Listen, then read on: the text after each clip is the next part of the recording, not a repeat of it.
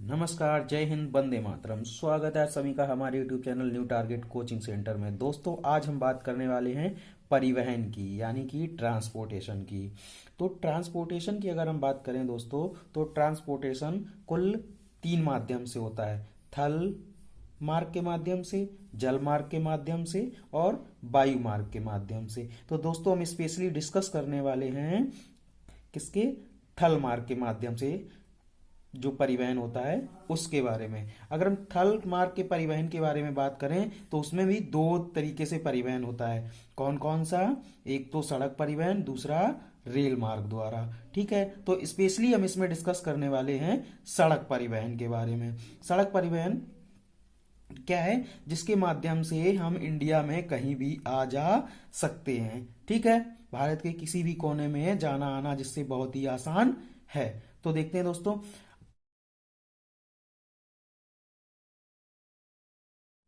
कुल विश्व का जितना भी ट्रांसपोर्टेशन होता है उसमें सब सड़क परिवहन के मामले में नंबर एक पे कौन सा है? विश्व में सड़क परिवहन के मामले में नंबर एक पे कौन है? यूएसए, सड़क परिवहन के मामले में। और भारत का कुल जो परिवहन होता है उसमें 83% परिवहन भारत करता है किसके माध्यम से? सड़क परिवहन के माध्यम से। यानी कि यूएसए के बाद में सड़क परिवहन के मामले में भारत का दूसरा स्थान है। भारत दूसरे नंबर पे है सड़क परिवहन के मामले में।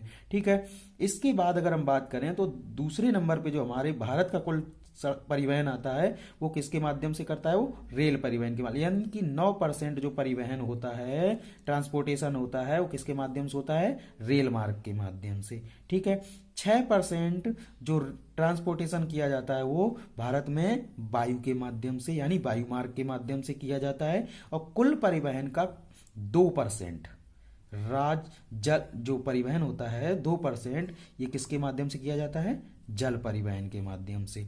ठीक है, हम इसमें स्पेशली डिस्कस करेंगे दोस्तों सड़क परिवहन को, यानी कि हाईवे के वगैरह के बारे में, है ना, हाईवे के बारे में। तो अगर हम सड़क परिवहन की बात करें तो क्या था, जब द्वितीय विश्व युद्ध खत्म हुआ था उसी के टाइम पे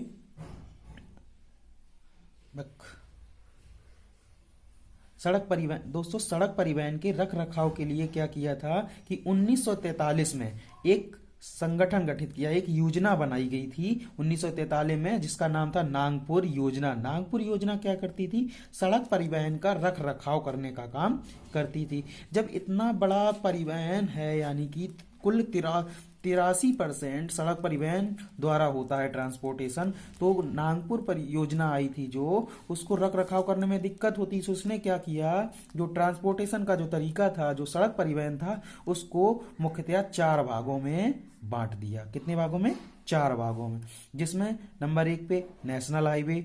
नेशनल हाईवे कुल परिवहन का कितना है? 1.9%। भारत में सड़क परिवहन की कुल लंबाई कितनी है? 59 लाख किलोमीटर। कितनी है दोस्तों? लगभग 59 लाख किलोमीटर। इस 59 लाख किलोमीटर में जो नेशनल हाईवे का परिवहन होता है, जो नेशनल हाईवे द्वारा ट्रांसपोर्टेशन होता है, वो कितना होता है? 1.9%। ठीक है, अगर हम बात करें स्टेट हाईवे, SH मतलब स्टेट हाईवे, स्टेट हाईवे कितना परिवहन किया जाता है इसके द्वारा? 2.9%। ठीक, कुल परिचालन कितना होता है? 2.9%। DR मतलब डिस्ट्रिक्ट रोड, डिस्ट्रिक्ट रोड द्वारा कितना परिवहन होता है दोस्तों? कुल 9%, है ना, कुल 9%। विलेज रोड, विलेज रोड द्वारा ट्रांसपोर्टेशन कितना होता है? परिवहन कितना होता है दोस्तों? 70%। यानी कि सबसे ज्यादा परिवहन किसके द्वारा हो रहा है? विलेज रोड के द्वारा। कितना? 70%। दोस्तों यहाँ पे नेशनल हाईवे जो है 1.9% है, लेकिन सबसे ज्यादा ट्रांसपोर्टेशन इसी नेशनल हाईवे के द्वारा ही होता है। क्यों दोस्तों? क्योंकि ट्रांसपोर्टेशन में क्या होता है कि नेशनल हाईवे के द्वारा अब इंडिया में एक छोर से दूसरे छोर बहुत ही आसानी से जा सकते हैं, यानी बहुत ही आसानी से ट्रांसपोर्टेशन कर सकते हैं। ठीक है, ये तो ही हमारी हाईवे सड़क की बात। एक जब हम विलेज रोड की बात करते हैं तो उसमें एक मुख्य परियोजना आती है प्रधानमंत्री ग्राम सड़क योजना। प्रधानमंत्री ग्राम सड़क योजना ये कब आई थी दोस्तों? 25 दिसंबर 2000 में ये शुरू की गई थी। इसका उद्देश्य क्या था? 1000 आबादी वाले गांव को सड़क से जोड़ना, यानी कि जिन गांवों की आबादी 1000 है उनको सड़क के माध्यम से गांव को जोड़ना। ठीक, ये इस उद्देश्य से ये योजना शुरू की गई थी। ठीक है, अब दोस्तों हम डिस्कस करते हैं कुछ मुख्य हाईवे के बारे में। देखते हैं दोस्तों हम बात करेंगे सबसे पहले नेशनल हाईवे में। तो नेशनल हाईवे NH1 को डिस्कस करने से पहले दोस्तों हम जान लेते हैं कि सबसे बड़ा नेशनल हाईवे कौन है और सबसे छोटा नेशनल हाईवे कौन सा है। तो सबसे बड़ा नेशनल हाईवे दोस्तों ईस्ट वेस्ट गलियारा है, ईस्ट और वेस्ट गलियारा, जो कि सिलचर से शुरू होता है और असम, पश्चिम बंगाल, बिहार, यूपी, MP, राजस्थान और गुजरात होते हुए लास्ट गुजरात में आता है। कहां तक? पोरबंदर तक, जिसका नाम है NH27। सबसे बड़ा नेशनल हाईवे कौन है? NH27, जिसकी लंबाई है 41 यानी कि 4112 किलोमीटर। ठीक है, 4112 किलोमीटर। ठीक, अगर दोस्तों आप विकिपीडिया वगैरह पे सर्च करेंगे तो आपको हो सकता है कि नेशनल हाईवे 44 दिखाए, सबसे बड़ा नेशनल हाईवे 44 दिखाए, लेकिन आप लेटेस्ट डाटा के हिसाब से देखेंगे तो सबसे बड़ा नेशनल हाईवे जिसकी सबसे ज्यादा लंबाई है तो वो कौन सा है? NH27। ठीक है, अब देखते हैं दोस्तों सबसे छोटा नेशनल हाईवे। ये तो था हमारा ईस्ट वेस्ट गलियारा यानी कि NH27 सबसे बड़ा नेशनल हाईवे। ठीक है, दूसरा हमारा है सबसे छोटा नेशनल हाईवे। अगर हम बात करें दोस्तों पुराने डाटा के हिसाब से, तो पुराने डाटा के हिसाब से सबसे बड़ा नेशनल हाईवे कौन सा था? NH7, जो कि कहां? बनारस से कन्याकुमारी तक जाता था, बनारस से कन्याकुमारी को जोड़ता था। लेकिन दोस्तों नए डाटा के हिसाब से सब कुछ एकदम से बदल गया, इसलिए पुराने डाटा को भूल जाइए और नए डाटा को लर्न कीजिए। ठीक है, अगर हम बात करेंगे सबसे छोटा नेशनल हाईवे, तो सबसे छोटा नेशनल हाईवे कौन सा है दोस्तों? सबसे छोटा नेशनल हाईवे है NH327B, NH327B, जिसकी लंबाई कितनी है दोस्तों? 1.2 किलोमीटर। सबसे छोटा नेशनल हाईवे। दोस्तों अगर पुराने डाटा के हिसाब से बात करें तो सबसे छोटा नेशनल हाईवे कौन था? NH47A। ठीक है, NH47A, जिसकी कुल लंबाई कितनी थी? 6 किलोमीटर, है ना, जो कि केरल में था, है ना। कहां पे था? यहाँ पे केरल में था। ठीक है, लेकिन अब उसका नाम बदल के दोस्तों क्या कर दिया गया है? NH966B। इसलिए सबसे छोटा नेशनल हाईवे कौन सा है? NH327B, जिसकी लंबाई 1.2 किलोमीटर है। ये पानी की टंकी यानी कोलकाता में पानी की टंकी से नेपाल के जो मेची पुल है, नेपाल का जो मेची पुल है उसको आपस में जोड़ता है। ये नेशनल हाईवे सबसे छोटा नेशनल हाईवे है। ठीक है, पहले दोस्तों जो NH2 के नाम से जाना जाता था, NH2 के नाम से जाना जाता था, उसका नाम क्या रख दिया गया? NH19, जो कि आगरा से कोलकाता को जोड़ता है। NH19, इसको पहले NH2 के नाम से जाना जाता था, लेकिन अब दोस्तों इसको NH2 कौन सा है? NH2 दोस्तों अब है डिब्रूगढ़ से तुंगपंग को जोड़ता है, यानी ये कहां पड़ता है? मिजोरम में पड़ता है NH2। लेकिन पहले क्या था? पुराने डाटा में आगरा से कोलकाता को जोड़ता था, वो NH2 था, लेकिन नए रिकॉर्ड में NH2 को नाम बदल यहाँ NH19 कर दिया गया है और NH2 को डिब्रूगढ़ से तुंगपंग को जोड़ता है। ठीक है, अब हम बात करते हैं NH3 की। NH3 कहाँ है दोस्तों? NH3 पाकिस्तान के अटारी बॉर्डर पे, यानी कि जो अटारी बॉर्डर है उसको किससे जोड़ता है? लेह से जोड़ता है, अटारी बॉर्डर को लेह से जोड़ता है। ठीक, यहीं पे अगर हम बात करें NH1 की, तो NH1 क्या है? बारामूला को लेह से जोड़ता है। कौन सा? NH1। पहले दोस्तों NH1 और NH2 को मिलाकर क्या बोला जाता था? GT रोड, है ना, जो कि अमृतसर से कोलकाता को जोड़ता था, लेकिन अब डाटा बदल गया, ये बारामूला को लेह से जोड़ता है। कौन? NH1। ठीक है, अब हम बात करते हैं ऐसा कौन सा नेशनल हाईवे है, राष्ट्रीय राजमार्ग है, जो कि मरुस्थल से होके जाता है। तो अगर दोस्तों अगर बात करें कि ऐसा कौन सा राष्ट्रीय राजमार्ग है जो मरुस्थल से होके जाता है, तो अब बात करेंगे NH11, जबकि पहले कौन सा था, NH15। तो NH11 कहाँ से जाता है, NH11 हरियाणा से होता हुआ दोस्तों राजस्थान तक जाता है। ये एक इकलौता ऐसा हाईवे है जो कि राजस्थान में किससे, राजस्थान का जो मरुस्थल पड़ता है उससे होकर के जाता है। ठीक है, NH11। ठीक, इसी श्रृंखला में हम देख लेते हैं एक NH47, जो कि अब नाम बदल दिया गया, पहले सबसे छोटा नेशनल हाईवे था, अब इसका NH47 पे कहाँ पे है, NH47 है बामणबोर से जो कि कहाँ पड़ता है, गुजरात में पड़ता है, वहां से अहमदाबाद, अहमदाबाद से इंदौर, इंदौर से नागपुर। ये कौन सा है दोस्तों नेशनल हाईवे, नेशनल हाईवे 47। ठीक है, अब हम बात करें नेशनल हाईवे 52 की। नेशनल हाईवे 52 कौन सा है दोस्तों, ये पंजाब के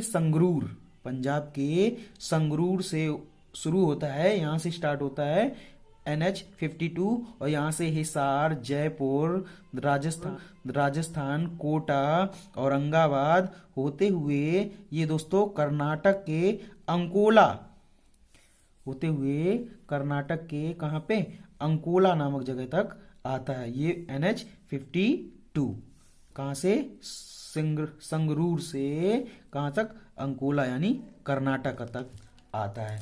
ठीक है, NH52। ठीक है, अगर हम बात करें अगर किसकी, भारत का सबसे लंबा नदी सेतु कौन सा है, भारत का सबसे लंबा नदी सेतु की बात करें तो कौन सा है, अरुणाचल से जो असम को जोड़ता है, अरुणाचल से असम को जोड़ता है, भारत का सबसे लंबा नदी सेतु है, जिसका नाम है भूपेन हजारिका नदी सेतु। इसकी लंबाई कितनी है, 9.15 किलोमीटर। ठीक है, ये कौन सी नदी पे है, लोहित नदी पे है।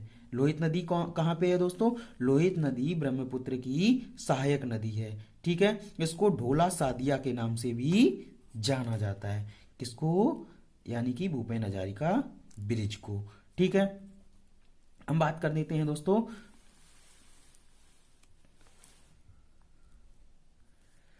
स्वर्णिम चतुर्भुज योजना के बारे में। स्वर्णिम चतुर्भुज योजना की क्या थी दोस्तों, ये अटल बिहारी वाजपेयी जी के टाइम पे शुरू हुई थी, 2001 में इस योजना को शुरू किया गया था। इसका उद्देश्य से ये था कि मतलब भारत की जो मुख्य जो मेट्रो सिटी हैं उनको आपस में जोड़ना। दोस्तों मेट्रो सिटी क्या होता है, ऐसे महानगर जिनकी आबादी 10 लाख से ज्यादा होती है उनको मेट्रो सिटी बोला जाता है। ठीक है, तो ये स्वर्णिम चतुर्भुज योजना 2001 में अटल जी के टाइम पे समय शुरू हुई थी, जो कि 2012 में पूरी हुई।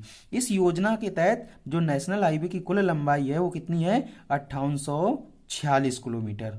स्वर्णिम चतुर्भुज योजना के अंदर जो नेशनल हाईवे की लंबाई है वो कितनी है, 5846 किलोमीटर। ये है क्या स्वर्णिम चतुर्भुज योजना, देखते हैं दोस्तों।